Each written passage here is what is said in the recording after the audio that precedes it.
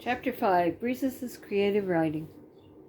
The Quimby women, as Mr. Quimby referred to his wife and daughters, were enthusiastic about Mr. Quimby's decision to give up smoking. He was less enthusiastic because, after all, he was the one who had to break the habit. Ramona took charge.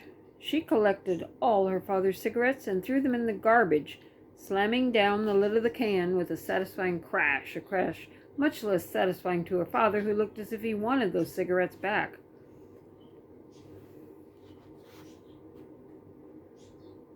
I was planning to cut down gradually, he said, one less cigarette each day. That's not what you said, Ramona informed him. You said you would try to give up smoking, not try to cut down gradually. There followed an even more trying time in the Quimby household. Out of habit, Mr. Quimby frequently reached for cigarettes that were no longer in his pocket. He made repeated trips to the refrigerator, looking for something to nibble on. He thought he was gaining weight. Worst of all, he was even crosser than when he first lost his job. With a cross father, a tired mother, a sister who worried about creative writing, and a cat who grudgingly ate his puss-putty, Ramona felt she was the only happy member of the family left. Even she had run out of ways to amuse herself.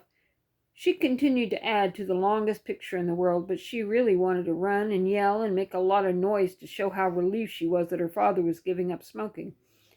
One afternoon, Ramona was on her knees on the kitchen floor working on her picture when Breezes came home from school, dropped her books on the kitchen table, and said, "Well, it's come."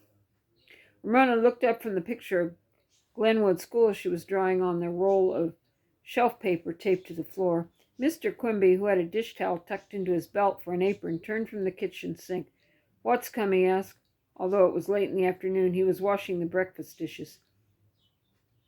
He had been interviewed for 2 different jobs that morning. "Creative writing." Breezes' voice was filled with gloom. "You make it sound like a calamity," said her father. Breezes sighed. "Well, maybe it won't be so bad this time. We aren't supposed to write stories or poems after all." "Then what does Mrs.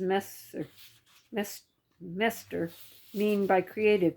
"Oh, you know." Breezes twirled around on one toe to define creative. "What are you supposed to write if you don't write a story or a poem?"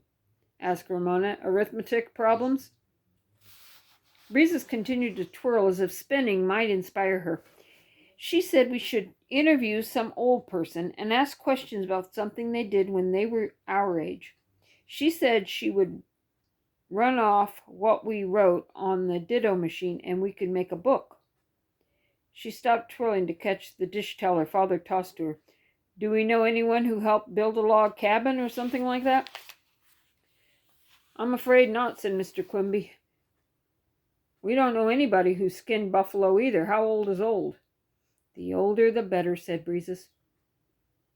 "Mrs. Swink is pretty old," volunteered Ramona. Mrs. Swink was a widow who lived in the house on the corner and drove an old sedan that Mr. Quimby admiringly called a real collector's item. "Yes, but she wears polyester pantsuits," said Breezes, who had grown critical of clothing lately. She didn't approve of polyester pantsuits, white shoes, or Ramona's t-shirt with Rockaway Beach printed on the front. "Mrs. Swank is old inside the pantsuits," Ramona pointed out. Breezes made a face. "I can't go barging in on her all by myself and ask her a bunch of questions." Breezes was the kind of girl who never wanted to go next door to borrow an egg and who dreaded having to sell mints for the campfire girls. "Oh, come," said Ramona, who was always eager to go next door to borrow an egg and look forward to being old enough to sell mints. "You don't barge in," said Mr. Quimby, wringing out the dishcloth. "You phone and make an appointment. Go on, phone her now and get it over." Breezes put her hand on the telephone book. "But what'll I say?" she asked. "Just explain what you want and see what she says," said Mr. Quimby. "She can't bite you over the phone." Breezes appeared to be thinking hard. Okay, she said with some reluctance, but you don't have to listen. Ramona and her father went into the living room and turned on the television so they couldn't overhear Breezes. When Ramona noticed her father reaching for the cigarettes that were not there, she gave him a stern look. In a moment, Breezes appeared, looking flustered. I meant someday, in a day or so, but she said to come right now because in a little while she has to take a molded salad to her lodge for a potluck supper. Dad, what will I say? I haven't had time to think. Just play it by ear, he advised. Something will come to you. I'm going too, Ramona said, and Breezes did not object. Mrs. Swink saw the sisters coming and opened the door for them as they climbed the front steps. Come on in, girls, and sit down, she said briskly. Now, what is it that you want to interview me about? Breezes seemed unable to say anything, and Ramona could understand how it might be hard to ask someone wearing a polyester pantsuit questions about building a log cabin. Someone had to say something, so Ramona spoke up. My sister wants to know what you used to do when you were a little girl. Breezes found her tongue. Like I said over the phone, it's for creative writing. Mrs. Swank looked thoughtful. Let's see. Nothing very exciting, I'm afraid. I helped with the dishes and read a lot of books from the library. The red fairy book and blue fairy book and all the rest. Breezes looked worried, and Ramona could see that she was trying to figure out what she could write about dishes and library books.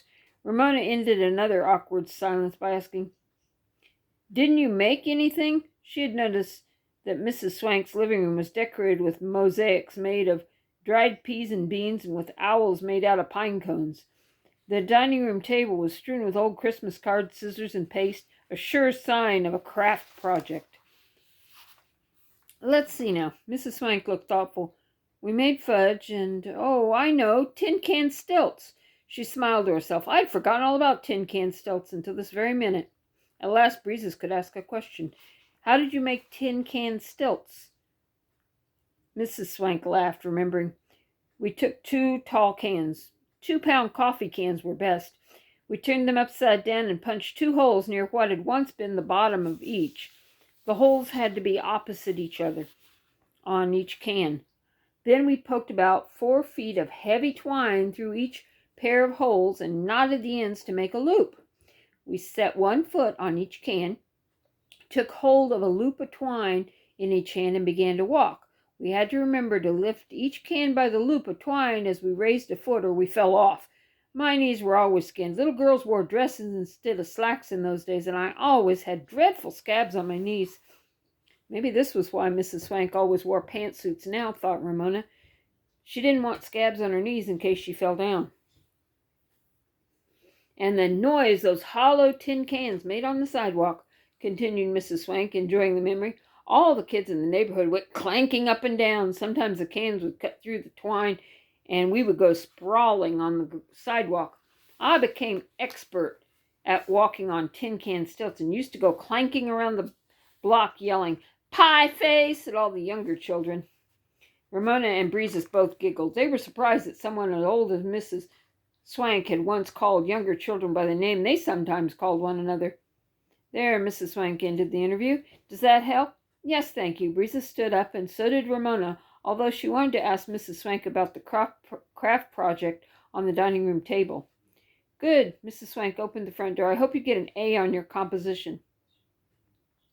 Tin can stilts weren't exactly what I expected, said Breezes as the girls started home, but I guess I can make them do. Do? Ramona couldn't wait to get to Howie's house to tell him about the tin can stilts. And so, as Breezes went home to labor over her creative writing, Ramona ran over to the Kemp's house. Just as she thought, Howie listened to her excited description and said, I can make some of those. Good old Howie. Ramona and Howie spent the rest of the afternoon finding 4 2-pound coffee cans. The search involved persuading Howie's mother to empty out her coffee into mayonnaise jars and calling on neighbors to see if they had any empty cans. The next day after school, Howie arrived on the Quimby's doorstep with 2 sets of tin can stilts. I made them, he announced, proud of his work. And Willa Jean wanted some, so I made her a pair out of tuna cans so she wouldn't have so far to fall. I knew you could do it, Ramona, who had already changed to her play clothes, stepped onto 2 of the cans and pulled the twine loops up tight before she took a cautious step, lifting a can as she lifted her foot. First the left foot, then the right foot. Clank, clank! They worked. Howie clanked along beside her. They clanked carefully down the driveway to the sidewalk, where Ramona tried to pick up speed, forgot to lift a can at the same time she lifted her foot, and, as Mrs. Swank had recalled, fell off her stilts. She caught herself before she tumbled to the sidewalk and climbed back on. Clank, clank, clank, clank. Ramona found deep satisfaction in making so much noise, and so did Howie.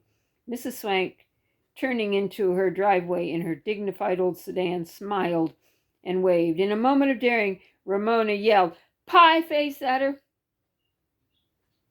"Pie face yourself," Mrs. Swank called back, understanding Ramona's joke. Howie did not approve. "You aren't supposed to call grown-ups pie face," he said. "Just kids." "I can call Mrs. Swank pie face," boasted Ramona. "I can call her pie face any old time I want to." Clank, clank, clank, clank. Ramona was having a good time. She began to sing at the top of her voice. 99 bottles of beer on the wall, 99 bottles of beer. You take one down and pass it around, 98 bottles of beer on the wall. Howie joined in the singing. 98 bottles of beer on the wall. You take one down, pass it around, 97 bottles of beer on the wall. Clank, clank, clank, clank, 96 bottles of beer. 95 bottles of beer on the wall. Sometimes Ramona and Howie tripped, sometimes they stumbled, and once in a while they fell, muddying the knees of their corduroy pants on the wet sidewalk. Progress was slow, but what their stilts lost in speed, they made up in noise.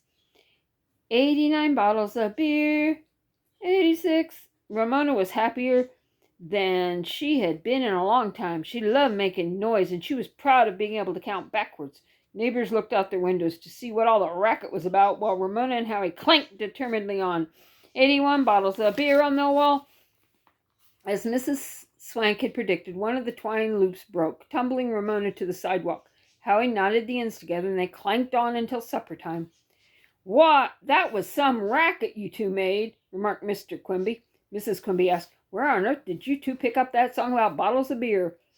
"From Breeze's," Ramona said virtuously. "Howie and I are going to count backwards all the way to 1 bottle of beer." Breeze's, doing homework in her room, had not missed out on the conversation. "We used to sing it at camp when the counselors weren't around," she called out. "When I used to go to camp, we sang about the Incy Wincy spider who went up the water spout," said Mrs. Quimby. The Incy Wincy spider song was a favorite of Ramona's, too, but it was not so satisfying as 99 bottles of beer, which was a much louder song.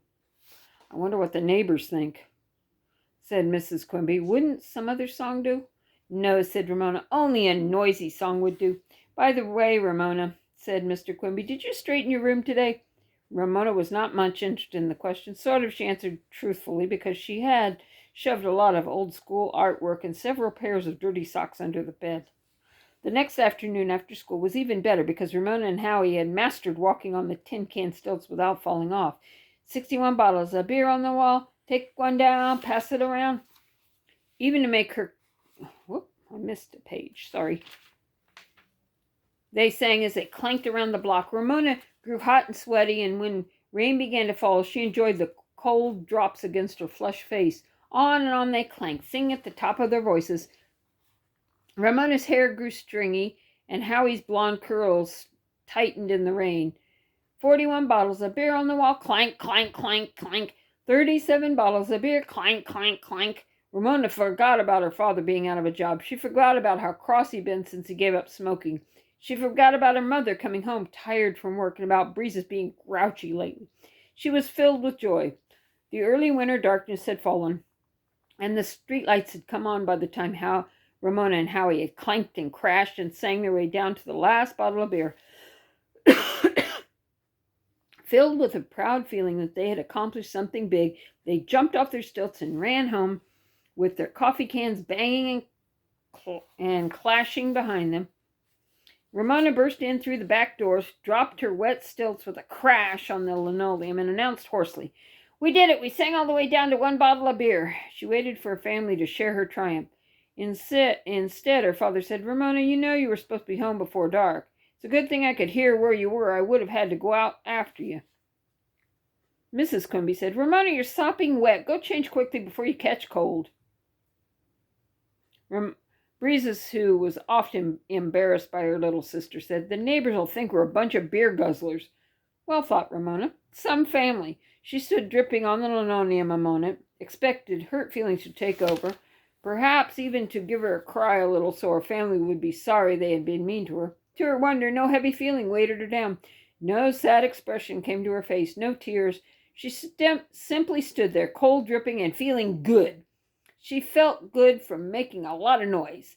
She felt good from the hard work of walking so far in her tin can stilts. She felt good from calling a grown-up pie face and from the triumph of singing backwards from 99 to 1.